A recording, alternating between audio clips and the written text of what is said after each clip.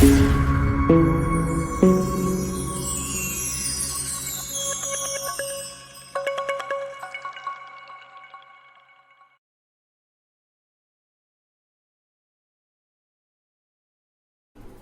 நாமத்திற்கு மகிமை உண்டாகட்டும்.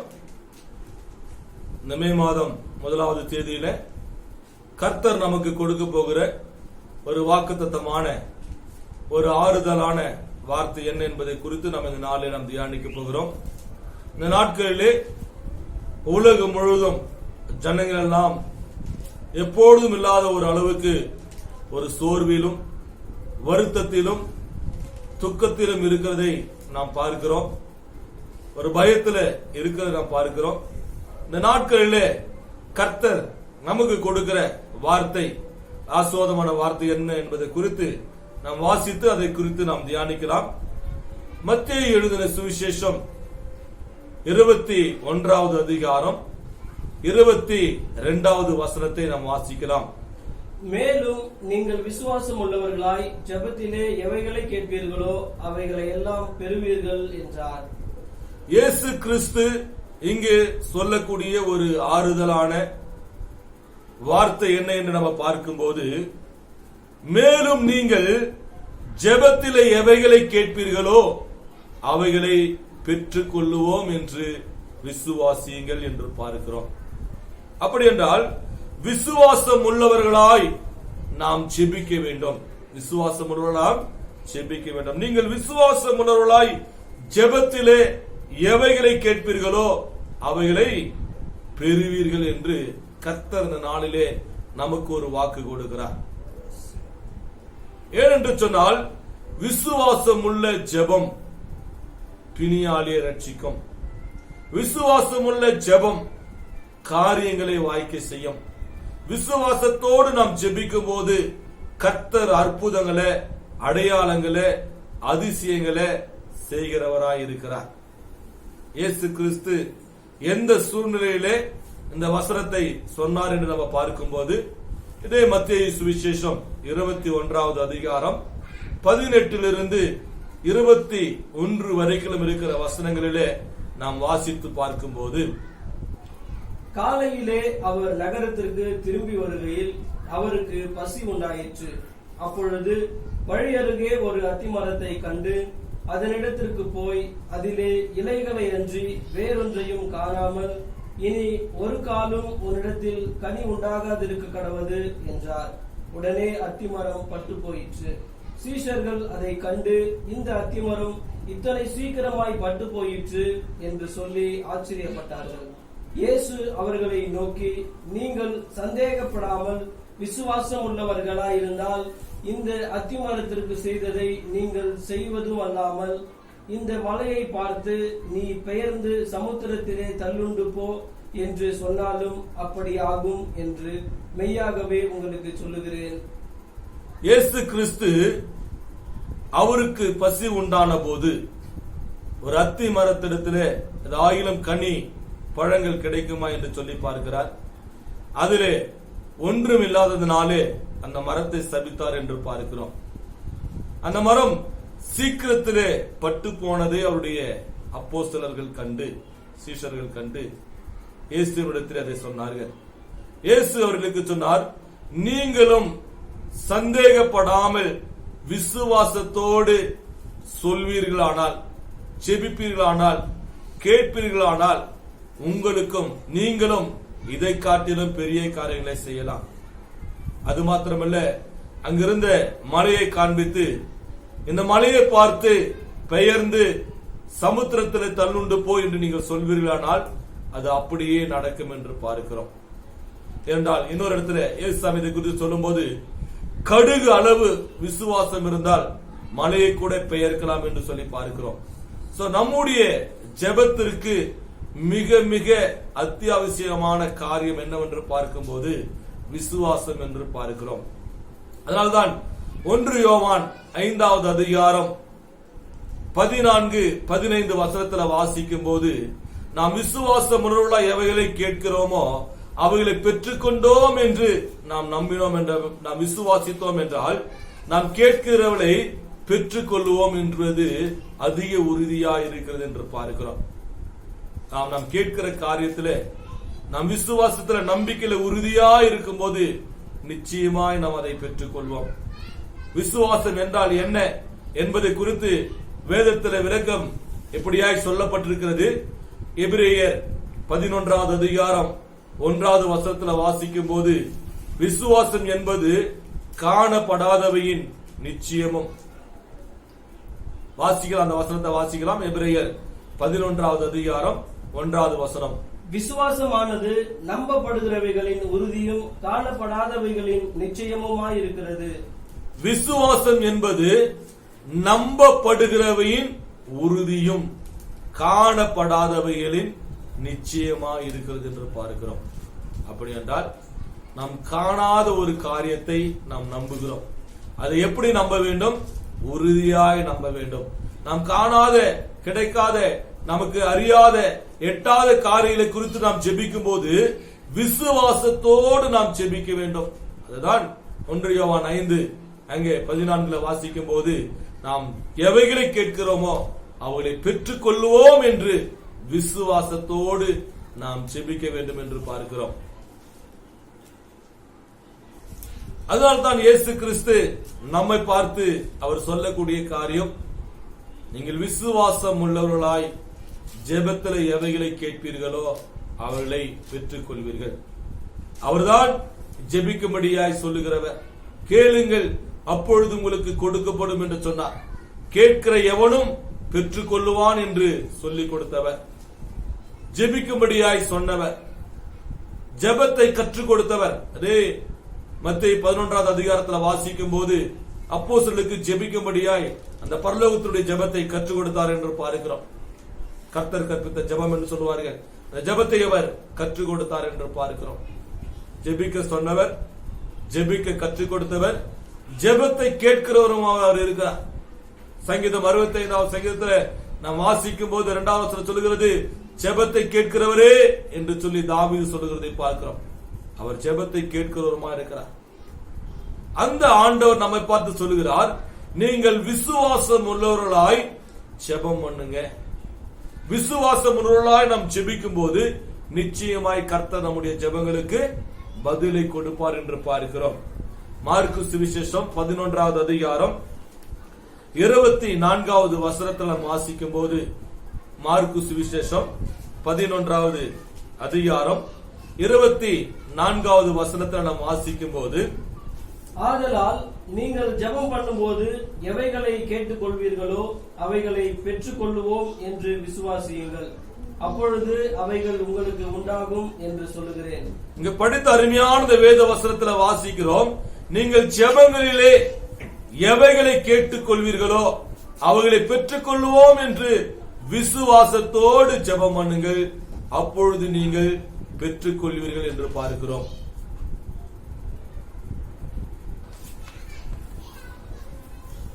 அது மாத்திரமல்ல, யோவான் 14வது அதிகாரம் 14வது வசனத்தில் வாசிக்கும் போது, என் நாமத்தினாலே எதை கேட்டாலும் அவைகளை நான் உங்களுக்கு செய்வேன் என்று சொன்னவர். எப்படி கேட்க வேண்டும்? விசுவாசத்தோடு நாம் கேட்க வேண்டும் என்று அவர் விரும்புகிறார். ஏனென்றால்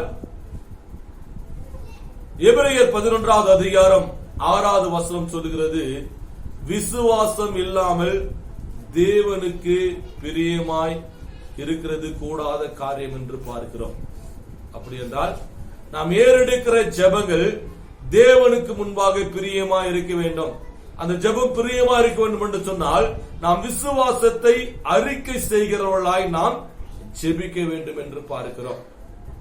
அதே அதிகாரத்தில் நீங்கள் வாசிப்பீர்கள் என்று சொன்னால், இந்த எபிரேயர் 11வது அதிகாரம் விசுவாச வீரர்களுடைய பட்டியல் அடங்கி இருக்கிற அதிகாரம் என்று பார்க்கிறோம்.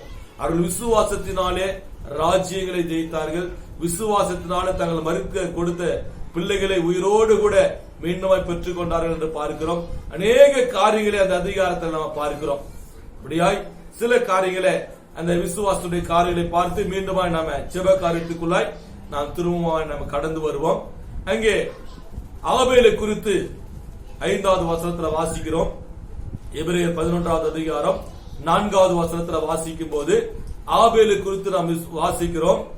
விசுவாசத்தினாலே ஆபேல் காயனுடைய பலியிலும் மேன்மையான பலியை தேவனுக்கு செலுத்தினான். அதனாலே அவன் நீதிமான் என்று சாட்சி பெற்றான். அவனுடைய காணிக்கைகளை குறித்து தேவனே சாட்சி கொடுத்தார். அவன் மரித்தும் இன்னும் பேசப்படுகிறான். இங்கே பார்க்கிறோம், விசுவாசத்தினாலே ஆபேல் காயினுடைய பலியை காட்டிலும் மேன்மையான ஒரு பலியை செலுத்தினான். அதனால அவன் நீதிமான் எனப்பட்டான் என்று பார்க்கிறோம். அது மாத்திரமல்ல, அவனை குறித்து கர்த்தர் சாட்சி கொடுக்கிறார் என்று பார்க்கிறோம். அது மாத்திரமல்ல, அவன் மரித்தும் இன்றைக்கும் பேசப்படுகிற ஒரு மனுஷனாய் இருக்கிறான் என்று பார்க்கிறோம். அவன் விசுவாசத்தினாலே அவன் ஏறெடுத்த பலி, அவன் ஏறெடுத்த ஒரு ஜெபம், அவன் ஏறெடுத்த ஒரு காணிக்கை குறித்து கர்த்தர் சாட்சி உள்ளவராய் இருக்கிறார் என்று பார்க்கிறோம். அதே போல 5வது வசனத்திலே நாம் வாசிக்கும் போது ஏனோக்கை குறித்து அங்க வாசிக்கிறோம். ஏனோக்கு விசுவாசத்தினாலே கர்த்தரோடு தன்னுடைய ஜீவியத்தை நடத்தினான் என்று பார்க்கிறோம். அவன் மரிக்காமலே அவன் உயிரோடு கர்த்தருடைய சமூகத்தில், தேவ சமூகத்தில் எடுத்துக் கொள்ளப்பட்டான் என்று பார்க்கிறோம். அவனை குறித்து வேதத்தில் நாம் வாசிக்கும் போது அவன் தேவனுக்கு பிரியமானவன் என்று சாட்சி பெற்றான் என்று பார்க்கிறோம். அதே எபிரேயர் 7வது வசனத்தில் நம்ம வாசிக்கும் போது 11:7 நம்ம வாசிக்கும் போது நோவாவை குறித்து பார்க்கிறோம். நோவா விசுவாசத்தினாலே பேழையை உண்டு பண்ணி அதன் மூலமாய் தன்னுடைய குடும்பத்தையும் மிருக ஜீவன்களையும் ரட்சித்தான் என்று பார்க்கிறோம். அந்த நாட்களிலே தேவ எச்சரிப்பை பெற்று, மழை குறித்து அறியாத இந்த நாட்களிலே தேவ எச்சரிப்பை பெற்று காணாததை குறித்து அவன் எச்சரிப்பை பெற்றான். ஆனாலும் கூட கர்த்தருக்கு கீழ்ப்படிந்து விசுவாசத்தோடு அந்த காரியத்தை செய்ததினாலே இந்த நோவாவுடைய குடும்பம் காப்பாற்றப்பட்டது என்று பார்க்கிறோம். இந்த நோவாவை குறித்து நாம் வேதத்துல வாசிக்கும் போது அவனுடைய கர்த்தர் விசுவாசத்தினால் உண்டாகிற நீதிக்கு பாத்திரமானவன் என்று தேவன் நோவாவை குறித்து எண்ணினார் என்று பார்க்கிறோம். அப்படியாய் நோவா விசுவாசத்தினால சாட்சி பெறுகிறதை பார்க்கிறோம். அப்படியே ஆபிரகாமை குறித்து நமக்கு வாசிக்கும் போது ஆபிரகாம் தான் போகிற இடம் என்னது என்று அறியாதபடி அவன் கடந்து போனார். அது மாத்திரமல்ல, வாக்குத்தத்தம் பண்ணப்பட்ட பிள்ளைக்காய் அநேக வருடங்கள் வரைக்கும் அவர் காத்து கொண்டிருந்தார். அந்த பிள்ளையை பெற்றெடுத்தார் என்று பார்க்கிறோம். வாழ்நாள் எல்லாம் கர்த்தர் வாக்குத்தத்தம் பண்ண அந்த கூடாரத்தை, அந்த இடத்திற்காய் வாழ்நாள் எல்லாம் கூடாரத்தில் அவர் வாசம் பண்ணினார் என்று பார்க்கிறோம். அதனால ஆபிரகாம் தேவன் மேல வைத்திருந்த விசுவாசத்தை கர்த்தர் அதை அவனுக்கு நீதியா எண்ணினார் என்று பார்க்கிறோம். ஆபிரகாம் விசுவாசத்துல வல்லவரானார் என்று பார்க்கிறோம். தேவனுக்கு சிநேகிதரானார் என்று பார்க்கிறோம். ஏனென்று சொன்னால் அவர் விசுவாசத்தை கொண்டு நடந்தார், வாழ்ந்தார் என்று பார்க்கிறோம். அப்படியே ஈசாக்கு கூட 20வது வசனத்தில் வாசிக்கும் போது ஈசாக்கு தன்னுடைய 2 குமாரர்களையும் யாக்கோபையும் ஏசாவையும் அவர்கள் தேசமாய் ஆஸ்வதிக்கப்பட போகிறார்கள் என்று சொல்லி அவர் விசுவாசத்தை அவர்களை ஆஸ்வதித்தார் என்று பார்க்கிறோம். யாக்கோபு கூட மரிக்கிறதுக்கு முன்பாக 21வது வசனத்தில் வாசிக்கிறோம், யோசேப்பினுடைய 2 குமாரர்களையும் 2 கோத்திரங்களாய் மாறுவார்கள் என்று சொல்லி அவரை ஆஸ்வதிக்கிறதை பார்க்கிறோம். யோசேப்பு கூட அவர் மரிக்கிற முன்பாக தன்னுடைய எலும்பை குறித்து இஸ்ரவேல் ஜனங்களுக்கு இப்படியாய் சொன்னார், நீங்கள் புறப்பட்டு போகும்போது என்னுடைய எலும்பை கொண்டு போய் என்னுடைய தகப்பனுடைய கல்லறையிலே அடக்கம் பண்ணுங்கள் என்று சொல்லி, அதாவது இஸ்ரவேல் ஜனங்கள் விடுவிக்கப்பட்டு மீண்டுமாய் கானான் தேசத்துக்கு போவார்கள் என்று சொல்லி விசுவாசத்தோடு சொல்லுகிறதை பார்க்கிறோம். மோசேயை குறித்து நம்ம பார்க்கும்போது கூட மோசேயினுடைய தாய் தகப்பன்மார் 23வது வசனத்தில் வாசிக்கிறோம், அந்த குழந்தை அழகுள்ளது என்று கண்டு ராஜா அவனுடைய கட்டளைகளுக்கு விரோதமாக இருந்தாலும் 3 மாதங்கள் விசுவாசத்தோடு அந்த குழந்தையை காப்பாற்றி வைத்திருந்தார்கள் என்று பார்க்கிறோம். 24வது வசனத்திலே இந்த மோசே பெரியவனான போது அவன் பார்வோனுடைய குமாரத்தி என்று எண்ணப்படுவதை அவன் பெரியமாய் பாக்கியமாய் எண்ணாதபடிக்கு விசுவாசத்தினாலே தேவனுடைய பிள்ளைகளோடு கூட கஷ்டங்களையும் பாடுகளையும் அனுபவிக்கிறதை பாக்கியமாய் எண்ணினார் என்று பார்க்கிறோம். அது மாத்திரமல்ல, விசுவாசத்தினாலே தேவனிடத்திலிருந்து எகிப்துடைய எல்லா தலைச்சர்களும் சங்காரம் பண்ணும்படியாய் ஒரு கட்டளையை பெற்றான் என்று பார்க்கிறோம். பஸ்காவை விசுவாசத்தினாலே ஆஸ்வதித்து அந்த பஸ்கா ஆட்டுக்குட்டி ரத்தத்தின் மூலமாய் இஸ்ரவேல் ஜனங்கள் பாதுகாக்கப்படுகிறதற்கு காரணமாயிருந்தார் என்று பார்க்கிறோம்.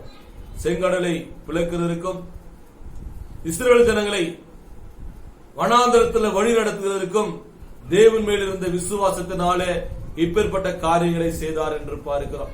இன்னும் அநேக காரியங்களை குறித்து நாம் சொல்லிக் கொண்டே போகலாம். வேதத்தில் அதே 11வது அதிகாரம் 33வது வசனத்தில் நாம் வாசிக்கும் போது, விசுவாசத்தினாலே அவர்கள் ராஜ்யங்களை ஜெயித்தார்கள், நீதியை நடப்பித்தார்கள், வாக்குத்தத்தங்களை பெற்றார்கள், சிங்கங்களின் வாய்களை அடைத்தார்கள், அக்கினியின் உக்கிரத்தை அவித்தார்கள், பட்டய கருக்குக்கு தப்பினார்கள், பலவீனத்தில் பலன் கொண்டார்கள், யுத்தத்தில் வல்லவர்களானார்கள், அந்நியருடைய சேனைகளை முறியடித்தார்கள். ஸ்திரீகள் சாக கொடுத்த தங்களுடையவர்களை உயிரோடு எழுந்திருக்க பெற்றார்கள். வேறு சிலர் மேன்மையான உயிர்த்தெழுதலை அடையும்படிக்கு விடுதலை பெற சம்மதியாமல் வாதிக்கப்பட்டார்கள். இங்கு படித்த அருமையான இந்த வேத வசனத்துல வாசிக்கும் போது, அங்க விசுவாசத்தில அநேக ஜனங்கள் விசுவாசத்தினாலே அவர்கள் ராஜ்யங்களை ஜெயித்தார்கள் என்று பார்க்கிறோம். நமக்கு விசுவாசம் இருக்கும் என்று சொன்னா இந்த நாட்கள் இருக்கிற எல்லா பிரச்சனைகளையும் எல்லாவற்றையும் நம்மளால ஜெயிக்க முடியும். அது மாத்திரம் விசுவாசத்தினாலே அவர்கள் நீதியை நடப்பித்தார்கள் என்று பார்க்கிறோம். வாக்குத்தத்தங்களை பெற்றார்கள், சிங்கங்களின் வாய்களை அடைத்தார்கள் என்று பார்க்கிறோம். அது இல்லாமல் அவர்கள் அக்கினியின் உக்கிரகத்தை அவிழ்த்தார்கள், பட்டய கருக்குக்கு தப்பினார்கள், பலவீனத்திலே பலன் கொண்டார்கள், யுத்தத்திலே வல்லவரானார்கள், அந்நியருடைய சேனைகளை முறியடித்தார்கள் என்று பார்க்கிறோம். நாம் விசுவாசம் உள்ளவர்களாக இருப்போம் என்று சொன்னால் நாம் ஜெபத்தின் மூலமாய் நாம் பலவீனத்திலே பலனை பெற்றுக் கொள்வோம். சில ஸ்திரீமார்கள் கூட இந்த நாட்களை விசுவாசத்தை வல்லவர்களாக இருந்தார்கள். தங்கள் சாக கொடுத்த பிள்ளைகளை மீண்டுமாய் கூட அவர்கள் உயிரோடு கூட பெற்றுக் கொண்டார்கள் என்று பார்க்கிறோம். பிரியமானவர்களே, இந்த நாளில் நமக்கு விசுவாசம் என்பது மிகவும் முக்கியமான ஒரு காரியமா இருக்கிறது. அதனால்தான் ஆண்டவர், உயிர்த்தெழுந்து வந்த ஆண்டவர் இயேசு கிறிஸ்து, யோவான் சுவிசேஷம் அங்கே வாசிக்கிறோம் 20வது அதிகாரம் 27வது வசனத்தில் வாசிக்கும் போது, தோமாவை பார்த்து இயேசு கிறிஸ்து இப்படியாய் சொன்னார். பின்பு அவர் தோமாவை நோக்கி, நீ உன் விரலை இங்கே நீட்டி என் கைகளை பார், உன் கையை நீட்டி என் விலாவிலே போடு, அவிசுவாசியாயிராமல் விசுவாசியாயிரு என்றார். இங்க படுத்த அருமையான இந்த வேத வசனத்திலே பார்க்கிறோம். உயிர்த்தெழுந்து வந்த ஆண்டவராய் இயேசு கிறிஸ்து தோமாவை பார்த்து சொல்கிறார். அன்றைக்கு தோமாவை பார்த்து சொன்னார், இன்றைக்கு நம்ம ஒவ்வொருவரையும் பார்த்து சொல்றாரு, நீங்க விசுவாசம் உள்ளவர்களாயிருங்க, அவிசுவாசியாய் இராதீர்கள் என்று சொன்னார். இதே ஆண்டவராய் இயேசு கிறிஸ்து நாம் முதலாவது படித்த மத்தேயு 21வது அதிகாரம் 21வது வசனத்தில் வாசிக்கும் போது, நீங்கள் சந்தேகப்படாமல் கேட்டால் நீங்கள் கேட்கிறவளை கர்த்தர் உங்களுக்கு கொடுப்பார் என்று சொல்லுகிறதை பார்க்கிறோம். ஏனென்று சொன்னால், நாம் ஜெபிக்கிற ஜெபத்திற்கு விசுவாசம் மிகவும் முக்கியமான ஒரு காரியமா இருக்கிறது. விசுவாசம் இல்லாமல் தேவனுக்கு பிரியமாய் இருக்க முடியாது என்று பார்க்கிறோம். விசுவாசம் உள்ள ஜெபம்தான் ஒரு பிணியாளியை ரட்சிக்கும் என்று சொல்லி யாக்கோபு சொல்லுகிறதை வாசிக்கலாம். யாக்கோபு 5வது அதிகாரம் 15வது வசனத்தில் வாசிக்கும் போது, விசுவாசம் உள்ள ஜெபம் பிணியாளியை ரட்சிக்கும் என்று பார்க்கிறோம். அப்போ ஒரு ஜெபிக்கிற மனிதன், ஒரு சுகத்திற்காக விடுதலைக்காக ஜெபிக்கிற ஒரு மனிதனுக்கு விசுவாசம் ரொம்ப ரொம்ப முக்கியம். 100க்கு அதிபதி இயேசுவினிடத்தில் வந்து அங்க ஜெபிக்கும்படியாய் அவர் கேட்டபோது, ஆண்டவர் சொல்றாரு, நான் வந்து உன்னுடைய வேலைக்காரனுக்காக நான் ஜெபம் பண்றேன்.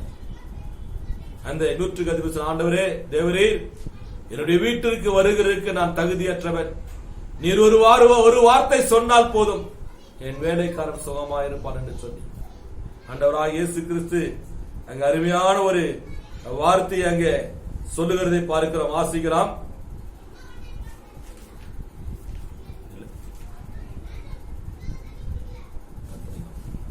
ஆண்டவராய் இயேசு கிறிஸ்து சொன்னார், நீ விசுவாசித்தபடியே அவன் ஆக கடவுது என்று சொன்னார். உடனே அவனுடைய வேலைக்காரன் சுகமானார் என்று பார்க்கிறோம். இன்னொரு இடத்துல கூட இந்த பெரும்பாடு உள்ள ஸ்திரீ 18 வருடமாய் இரத்தப்போக்கோடு கூட இருந்த அந்த ஸ்திரீ விசுவாசத்தோடு இயேசுனுடைய ஆடையை தொட்டார். இயேசுனுடைய சரீரத்திலிருந்து வல்லமை புறப்பட்டு போனது என்று பார்க்கிறோம். ஆனாலும் அவள் சுகம் பெற்றுக் கொண்டதை இயேசு அறிந்தார். அவள் முன்பாக வந்து இயேசுவிடத்தை சொன்னபோது இயேசு அந்த ஸ்திரியே, உன் விசுவாசம் உன்னை சுகமாக்கிறது என்று பார்க்கிறோம். இன்னொரு இடத்துல கூட நாம் வாசிக்கிறோம், கானானிய ஸ்திரீ தன்னுடைய பிள்ளை பிசாசினால் பிடிக்கப்பட்டிருந்த போது இயேசுவிடத்தில் வந்து சுகத்தை பெற்றுக் கொண்டார். இயேசு சொல்றாரு, ஸ்திரியே உன் விசுவாசப்படி ஆகக்கிற உன் விசுவாசம் பெரிது என்று சொல்லி அங்கு சுகத்தை கொடுக்கிறதை பார்க்கிறோம். இயேசுவிடத்தில் வந்து சுகம் பெற்றுக் கொண்ட அநேகர் விசுவாசத்தை அறிக்கை செய்து சுகத்தை பெற்றுக் கொண்டார்கள். நாம் சுகம் பெறுகிறதுக்கு, விடுதலை பெறுகிறதுக்கு, ஆசீர்வாதத்தை பெறுகிறதுக்கு விசுவாசம் மிகவும் முக்கியமாக இருக்கிறது. வேதத்திலே மத்தேயு சுவிசேஷம் 9வது அதிகாரம் 28வது வசனத்தில் வாசிக்கும் போது, மத்தேயு சுவிசேஷம் 9வது அதிகாரம் 28வது வசனத்திலே ஒரு குருடன் வந்து இயேசுவிடத்தில் சுகம் பெறுகிறதை பார்க்கிறோம். இயேசு அவ்விடம் விட்டு போகையில் 2 குருடர் அவர் பின்னே சென்று, தாவீதின் குமாரனே எங்களுக்கு இரங்கும் என்று கூப்பிட்டார்கள். அவர் வீட்டிற்கு வந்த பின்பு அந்த குருடர் அவரிடத்தில் வந்தார்கள். இயேசு அவர்களை நோக்கி, இதை செய்ய எனக்கு வல்லமை உண்டு என்று விசுவாசிக்கிறீர்களா என்று கேட்டார். அதற்கு அவர்கள், ஆம் விசுவாசிக்கிறோம் ஆண்டவரே என்றார்கள். அப்பொழுது அவர்களுடைய கண்களை அவர் தொட்டு, உங்கள் விசுவாசத்தின்படி உங்களுக்கு ஆக கடவது என்றார். உடனே அவர்களுடைய கண்கள் திறக்கப்பட்டது. இதை ஒருவருக்கும் அறியாதிருக்கும்படி எச்சரிக்கையாயிருங்கள் என்று சொல்லி கண்டிப்பாய் கட்டளையிட்டார். இங்கே படித்த இந்த அருமையான இந்த வேத வசனத்தை நாம் பார்க்கும் போது இயேசு கிறிஸ்து 2 குருடர்களுக்கு பார்வை கொடுக்கிறதை பார்க்கிறோம். எதன் அடிப்படையில் அவர்களுக்கு பார்வை கொடுத்தார் என்று சொன்னால், அவர்களுடைய விசுவாச அறிக்கையின் அடிப்படையிலே அவர்களுக்கு கர்த்தர் பார்வையை கொடுத்தார் என்று பார்க்கிறோம். விசுவாசம் உள்ளவர்களுக்கு தான் கர்த்தர் அற்புதம் செய்ய முடியும். அதனால்தான் பார்க்கிறோம் விசுவாச அறிக்கை பக்கம். இன்னொரு இடத்துல கூட ஒரு சம்பவத்தை நம்ம வாசிக்கலாம். மார்க்கு சுவிசேஷம் 9வது அதிகாரம் 23, 24 வசனத்துல வாசிக்கும் போது, மார்க்கு சுவிசேஷம் 9வது அதிகாரம் 23, 24 வசனத்துல நாம் வாசிக்கும் போது, எங்கே ஊமையான ஆவி பிடித்திருந்த ஒரு பையனுடைய, ஒரு சிறுவனுடைய தகப்பன் இயேசுவிடத்தில் வந்து தன்னுடைய மகனுடைய சுகத்திற்காய் அங்க வேண்டுகிறதை கேட்கிறதை நம்ம பார்க்கிறோம். இயேசு அவரை நோக்கி, நீ விசுவாசிக்க கூடுமானால் ஆகும், விசுவாசிக்கிறவனுக்கு எல்லாம் கூடும் என்றார். உடனே பிள்ளையின் தகப்பன், விசுவாசிக்கிறேன் ஆண்டவரே, என் அவிவிசுவாசம் நீங்கும்படி உதவி செய்யும் என்று கண்ணீரோடே சத்தமிட்டு சொன்னார். இங்க படித்த அருமையான இந்த வேத வசனத்தை பார்க்கிறோம். இந்த தகப்பன் தன் பிள்ளையை சுகமாக்கும்படியாய், அவன் போகாத இடம் கிடையாது, பார்க்காத வைத்தியம் கிடையாது, பார்க்காத மந்திரவாதிகள் கிடையாது, அநேக இடத்துல கூட்டி கொண்டு போனான். சுகம் கொடுக்க முடியல, சுகமாகல. இயேசு, ஆண்டவரே நீர் ஏதாயிலும் செய்ய கூடுமானால் என் மகனுக்கு செய்யும் என்று சொல்லி ஆண்டுடைய பாதத்திலிருந்து விடுகிறதை பார்க்கிறோம். இயேசு சொல்றாரு, நான் உன் மகனை சுகமாக்குவேன் என்று நீ விசுவாசிக்கிறாயா? அவர் சொல்ற, ஆண்டவரே எனக்கு விசுவாசம் உண்டு, ஆனாலும் கொஞ்சம் அவிவிசுவாசமும் உண்டு, என் விசுவாசம் நீங்க எனக்கு உதவி செய்யும் என்று சொல்லி, அப்பொழுது ஆண்டவர் அந்த தகப்பனுடைய அவிசுவாசத்தை நீக்கி போட்டார். அந்த மகனுக்கு சுகத்தை கொடுத்ததை பார்க்கிறோம். இந்த பிசாசு பிடித்த அந்த மகன் விடுதலை பெற்றான் என்று பார்க்கிறோம். அப்படி என்றால் விசுவாசம் உள்ள ஜெபம் பிணியாளியை ரட்சிக்கும் என்று பார்க்கிறோம். விசுவாசிக்கிறவனுக்கு எல்லாம் கூடும் என்று சொல்லி மார்க்கு சுவிசேஷம் 9வது அதிகாரம் 23வது வசனத்திலே ஆண்டவராகிய இயேசு கிறிஸ்து சொல்லுகிறதை பார்க்கிறோம். யோவான் 11வது அதிகாரம் 40வது வசனத்தில் வாசிக்கும் போது அங்க இயேசு கிறிஸ்து இப்படியாய் சொன்னார், நீ விசுவாசித்தால் தேவனுடைய மகிமையை காண்பா என்று சொன்னார். நாம் விசுவாசிக்கும் போது நம்முடைய வாழ்க்கையில தேவனுடைய மகிமையை காண்போம். விசுவாசத்தோடு நாம் ஜெபிக்கும் போது எல்லா காரியங்களையும் கர்த்தர் நமக்கு கைகூடி வரும்படியாய் செய்வார். அதனால்தான் அப்போஸ்தலனாகிய பவுல் எப்படியாய் ரோமர் 1வது அதிகாரம் 17வது வசனத்தில் சொல்லுகிறார், விசுவாசி, ஒரு நீதிமான் விசுவாசத்தினாலே பிழைப்பான் என்று சொல்லி, நாம் நம்முடைய பிழைப்பு நாம் தேவன் மேல வைத்திருக்கிற விசுவாசத்தில் இருக்கிறது. நாம் விசுவாசத்தோடு நாம ஜெபிக்கும் போது கர்த்தர் நிச்சயமாய் நம்முடைய ஜெபங்களை கேட்டு நிச்சயமாய் நமக்கு பதில் கொடுப்பார். அப்படியா யாக்கோபு நிருபம் 1வது அதிகாரம் 6வது வசனத்துல வாசிக்கும் போது, நாம் ஜெபிக்கும் போது அவிசுவாசம் உணர்வுகளாய் நாம் ஜெபிக்க கூடாது என்று பார்க்கிறோம். அதான் இயேசு கிறிஸ்து மத்தேயு 21:21 சொல்றார், நீங்கள் அவிசுவாசம் இல்லாமல் நீங்கள் கேட்பீர்களானால் நிச்சயமாய் நடக்கும் என்று சொல்லி வாசிக்கலாம். யாக்கோபு 1வது அதிகாரம் 6வது வசனத்தை நாம் வாசிப்போம். ஆனாலும் அவன் எவ்வளவாகிலும் சந்தேகப்படாமல் விசுவாசத்தோடே கேட்க கடவன்.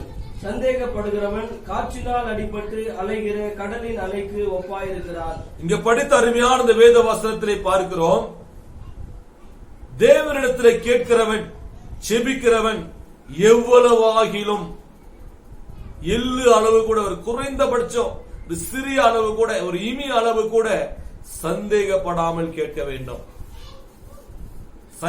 சந்தேகத்தோடு நம்ம கேட்போம் என்று சொன்னால் நம்முடைய ஜெபங்களுக்கு பதில் வராது.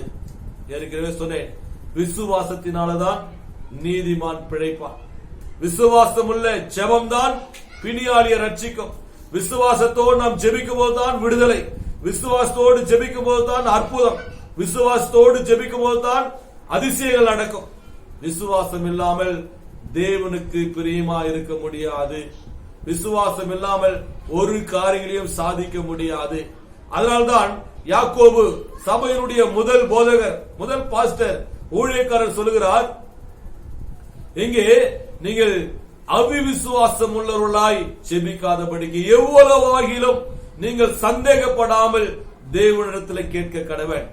அப்படி சந்தேகத்தோடு கேட்கிறவன் காற்றிலே அடிக்கப்பட்டு அலைகிற அலைக்கு அவன் ஒப்பாயிருப்பான் என்று பார்க்கிறோம். எப்படி அலையானது ஒரு இடத்துல நிலையா இல்லாதபடிக்கு அசைந்து கொண்டிருக்கிறதோ அப்படி இருப்பான் என்று பார்க்கிறோம். அடுத்த வசனத்தை நாம் வாசிக்கும் போது, 7வது வசனத்துல வாசிக்கும் போது, அப்படிப்பட்ட மனுஷன் தான் கர்த்தரிடத்தில் எதையாகிலும் பெறலாம் என்று நினையாதிருப்பானாக. இங்க வேத வசனம் சொல்லுகிறது, அவிசுவாசத்தோடு கேட்கிறவன், விசுவாசம் இல்லாமல் ஜெபம் பண்ணுகிறவன், அவன் தேவனிடத்தில் எதையும் கேட்காமல் இருக்கிறது நல்லது. அவன் கேட்காமல் இருக்கட்டும் என்று சொல்லப்பட்டிருக்கிறது. ஏன் என்று சொன்னால், அங்க 8வது வசனம் இப்படியாய் சொல்லுகிறது, இருமனம் உள்ளவன் தன் வழிகள் எல்லாம் நிலையற்றவனாய் இருக்கிறான். 2 மனசோடு நம்ம கேட்போம் என்று சொன்னால் நிச்சயமாய் நம்மளால ஒன்றையும் பெற்றுக்கொள்ள முடியாது. நாம் கேட்கிறதிலே உறுதியாய் கேட்க வேண்டும். தமிழ்ல ஒரு பழமொழி சொல்வார்கள், பிடித்தாலும் புளியங்கொம்பா பிடிக்கிறோம் என்று சொல்லி, நாம் ஜெபித்தாலும் கர்த்தரிடத்தில் உறுதியாய் கேட்க வேண்டும். ஒரு நாளும் நம்ம ஜெபிக்கிற காரியத்திலே சோர்ந்து விடக்கூடாது. நாம் கேட்கிற காரியத்தில் விசுவாசத்தோடு கேட்கும் போது கர்த்தர் நிச்சயமாய் நமக்கு கொடுப்பார். இந்த மாதத்திலே தேவன் நமக்கு கொடுத்திருக்கிற வாக்குத்தத்தமான ஒரு வார்த்தை, ஒரு ஆசுவாதமான வார்த்தை, ஒரு ஆறுதலான வார்த்தை என்ன என்று பார்க்கும்போது, விசுவாசம் உள்ளவர்களாய் ஜெபத்தில் எவைகளை கேட்பீர்களோ அவைகளை பெற்றுக் கொள்வீர்கள் என்று அவர் வாக்கு கொடுத்திருக்கிறார். அவர் வார்த்தையில் உண்மையுள்ள தேவன் என்று பார்க்கிறோம். அவர் பொய் சொல்லுகிறவர் அல்ல, அவர் மனம் மாறுகிறவரும் அல்ல. தான் சொல்லியும் செய்யாது இருப்பார் என்று வேதவசனம் சொல்கிறது. தான் வசனத்தை நிறைவேற்றாமல் இருப்பார் என்று சொல்லப்பட்டிருக்கிறது. அந்த ஆண்டவர் நேற்றும் இன்றும் என்றும் மாறாதவராய் இருக்கிறார். அப்படிப்பட்ட ஆண்டவர் மேல விசுவாசம் வைத்து விசுவாசத்தோடு நாம் ஜெபிக்கும் போது நிச்சயமாய் பெற்றுக்கொள்வோம். இந்த நாட்களில் நாம் எப்பேற்பட்ட சூழ்நிலையில நாம் இருந்தாலும், ஒருவேளை நம்ம இந்த நாட்களில் மிகுந்த தேவைகளோடு இருப்போம். பண தேவைகள், பொருளாதார தேவைகள், வீட்டிற்கான புரோவிஷன், ரேஷன் தேவைகள், அநேக தேவைகளோடு நாம் இருக்கலாம். கர்த்தர் நிச்சயமாய் சந்திப்பார். விசுவாசம் உள்ள ஜெபம் தேவ சமூகத்தில் கேட்கப்படும். விசுவாசம் உள்ள ஜெபத்திற்கு நிச்சயமாய் பதில் உண்டு. கர்த்தர் நிச்சயமாய் பதில் கொடுப்பார். நாம் விசுவாசத்தோடு கூட நாம் கர்த்தரை நோக்கி நாம் ஜெபிக்கலாம். நம்ம எல்லோருமாய் கண்களை மூடி நாம ஜெபம் பண்ணுவோம். முதலாவது ஆண்டவரிடத்தில் நம்ம கேட்கக்கூடிய காரியம் நடக்கா, அந்த ஊமையான பிசாசு பிடித்திருந்த அந்த சிறுவனுடைய தகப்பன் கேட்டது போல ஆண்டவரே எங்களுக்குள்ள இருக்கிற எல்லா அவிசுவாசங்கள் எடுத்து போடுங்கப்பா. நாங்கள் அற்ப விசுவாசிகளா இருக்க கூடாது ஆண்டவரே, அவிசுவாசம் உள்ளவர்களா இருக்க கூடாதுப்பா. என்னுடைய விசுவாசத்தை வர்த்திக்க செய்யுங்க ஆண்டவரே. சூழ்நிலையை பார்த்து நாங்கள் சோர்ந்து போயிடக்கூடாது ஆண்டவரே, பிரச்சனை பார்த்து நாங்கள் சோர்ந்து போயிடக்கூடாதுப்பா. உலகத்துல 1000 சம்பவங்கள் நடக்கட்டும் ஆண்டவரே, 1000 பிரச்சனைகள் நடக்கட்டும், 1000 போராட்டங்கள் இருக்கட்டும் ஆண்டவரே, நான் விசுவாசிக்கிறவன் இன்னார் என்று நான் அறிவேன் என்று சொல்லி யோபு பக்தன் சொன்னது போல ஆண்டவரே, நாங்கள் விசுவாசிக்கிறோம், நாங்கள் அறிந்திருக்கிறோம். என் தேவனாய் கர்த்தரை சகலவற்றையும் செய்ய வல்லவர் ஆண்டவரே, எங்களுடைய வாழ்க்கையை செய்யும் என்று சொல்லி நாம் எல்லோருமாய் கண்களை மூடி நம் கர்த்தரை நோக்கி நாம் செபிக்கலாம். நல்ல பிதாவே, இந்த வேலைக்காக நாங்கள் செபிக்கிறோம் அப்பா. எங்களிடத்தில் இருக்கிற எல்லா அவிசுவாசங்களும் இயேசுவின் நாமத்தினாலே நீங்கும்படியா நாங்கள் செபிக்கிறோம் ஆண்டவரே. எங்களுக்கு எல்லா அவிசுவாசங்கள் மாறட்டும் அப்பா. நாங்கள் விசுவாசிகளா இருக்க உதவி செய்யுங்க. பேரில மாத்திரம் விசுவாசிகளாய் இருந்தால் போதாது ஆண்டவரே, உண்மையாய் மீது விசுவாசம் வைத்து உண்மையிலே பலன் கொள்ளும்படியாய் கர்த்தரிங்க உதவி செய்யும்படியா நாங்கள் செபிக்கிறோம் ஆண்டவரே. விசுவாசத்தோடு செபிக்க கர்த்தர் நீங்க உதவி செய்யுங்கப்பா. வேதத்துல நாங்கள் வாசித்தோம் எபிரேய நிருபத்தில் ஆண்டவரே, விசுவாசத்தினால அநேகர் சாட்சி பெற்றார் என்று பார்க்கிறோம் ஆண்டவரே. விசுவாசத்தினால தங்கள் சாகு கொடுத்தவர்கள் மீண்டுமாய் உயிர்ப்பிக்க பெற்றுக்கொண்டார்கள் என்று பார்க்கிறோம் அப்பா. விசுவாச ராஜ்யங்களை ஜெயித்தார் என்று பார்க்கிறோம் ஆண்டவரே. விசுவாசத்தினால் அக்னியை அவிழ்த்தார்கள் என்று பார்க்கிறோம் அப்பா. அக்னி உக்கிரத்தை அவிழ்த்தார் என்று பார்க்கிறோம். விசுவாச சிங்கத்துடைய வாயிலை அடைத்தார் என்று பார்க்கிறோம் ஆண்டவரே. அப்படியா விசுவாச பலத்த காரியங்களை செய்ய, அநேக காரியங்களை பெற்றுக்கொள்ள கர்த்தர் நீங்க எங்களுக்கு உதவி செய்யும்படியா நாங்கள் செபிக்கிறோம். மீண்டுமா இருக்கிற எல்லா விசுவாசம் எடுத்து போடுங்கப்பா. விசுவாசம் உள்ள ஜெபம் கேட்கப்படும் என்று பார்க்கிறோம் ஆண்டவரே. விசுவாசத்தோடு ஜெபிக்கிறோம். வாக்குத்தத்தம் பண்ணவர் நீர் உண்மை உள்ளவர். அப்படியா எங்களுடைய ஜெபங்கள் எல்லாம் கேட்டு கர்த்தர் என்னுடைய வாழ்க்கையில அற்புதத்தை செய்வீராகப்பா. ஸ்தோத்திரிக்கிறோம். என்னுடைய வாழ்க்கையில நீங்க அற்புதத்தை செய்யுங்கப்பா. என் குடும்பத்தில் கர்த்தர் ஆண்டவர் விசுவாசத்தோடு ஜெபிக்கிற என்னுடைய ஜெபத்தை கேட்டு அற்புதத்தை செய்ய முடியாது ஜெபிக்கிறோம். என்னுடைய சபைகளில அற்புதத்தை செய்யுங்கப்பா. இந்த காணொலி மூலமா யார் யாரெல்லாம் கேட்டுக்கொண்டிருக்கிறார்களோ, பார்த்து கொண்டிருக்கிறார்களோ, ஒவ்வொருடைய வாழ்க்கையில கர்த்தர் அற்புதத்தை செய்யும்படியாய் ஜெபிக்கிறோம் அப்பா. ஆமன். தேவனாய் கர்த்தருடைய பிள்ளைகளுக்கு எல்லாம் குறைவான விசுவாசம், அவிசுவாசம் எல்லாம் நீங்கி எல்லா விசுவாசத்துல வல்லவர்களாய் மாற கர்த்தர் ஒவ்வொருவரும் ஆஸ்வதிப்பாராக. இயேசுவின் மூலம் ஜெபிக்கிறோம் நல்ல பிதாவே, ஆமென். என் ஆத்துமாவே கர்த்தரை ஸ்தோத்திரி, என் முழு உள்ளமே பரிசுத்த நாமத்தை ஸ்தோத்திரி. என் ஆத்துமாவே கர்த்தரை ஸ்தோத்திரி, அவர் சில சில உபகாரங்களையும் மறவாதே. ஆமென். ஹல்லேலூயா, ஹல்லேலூயா, ஹல்லேலூயா, ஹல்லேலூயா, ஹல்லேலூயா. ஆண்டவராகிய இயேசு கிறிஸ்துவின் கிருபையும் பிதாவாகிய தேவனுடைய அன்பும் பரிசுத்த ஆவியின் நன்மைக்கும் சமாதானமும் சந்தோஷமும் நம் அனைவரோடும் பரிசுத்தவான்கள் அவரோடு இருப்பதாக. ஆமென், ஆமென். அதற்கு ஸ்தோத்திரம். கர்த்தர் உங்களை ஆசீர்வதிப்பாராக. இந்த மாதம் முழுதுமா நல்லா ஜெபம் பண்ணுங்க. கர்த்தர் நீங்க எழுந்து போன எல்லாவற்றையும் கர்த்தர் 2 மடங்காக கொடுப்பார். விசுவாசமானவர்கள் கர்த்தர் உங்களை ஆசீர்வதிப்பார். ஆமென்.